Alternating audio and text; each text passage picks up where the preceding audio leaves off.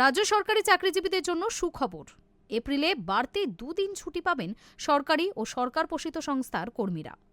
কারণ বিধানসভা নির্বাচন। আর ইতিমধ্যেই এই সংক্রান্ত বিজ্ঞপ্তি জারি করেছে নবান্ন। রাজ্যের চাকরিজীবীদের জন্য সুখবর। এপ্রিলে বাড়তি 2 দিন ছুটি পাবেন সরকারি ও সরকার পোষিত সংস্থার কর্মীরা। কারণ বিধানসভা নির্বাচন। ইতিমধ্যে এই সংক্রান্ত বিজ্ঞপ্তি জারি করেছে নবান্ন।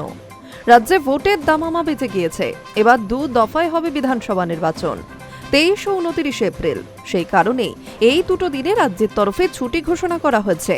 বিজ্ঞপ্তিতে স্পষ্ট ভাষায় বলা হচ্ছে, ভোটের দিনে সংশ্লিষ্ট বিধানসভা এলাকায়, অর্থাৎ যেদিন যে এলাকার ভোট, সেখানকার সমস্ত সরকারি দপ্তর, শিক্ষা প্রতিষ্ঠান, বাণিজ্যিক সংস্থা ও শিল্প ইউনিটের কর্মীদের ছুটি থাকবে।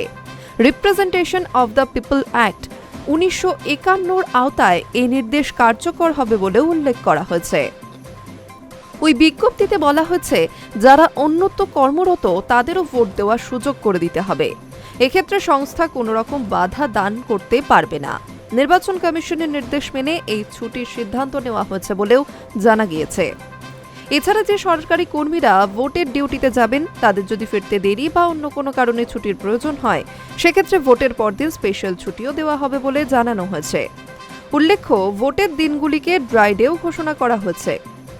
অর্থাৎ 23 ও 29 তারিখ বাংলায় মদ বিক্রি সম্পূর্ণ নিষিদ্ধ ঘোষণা করা হয়েছে।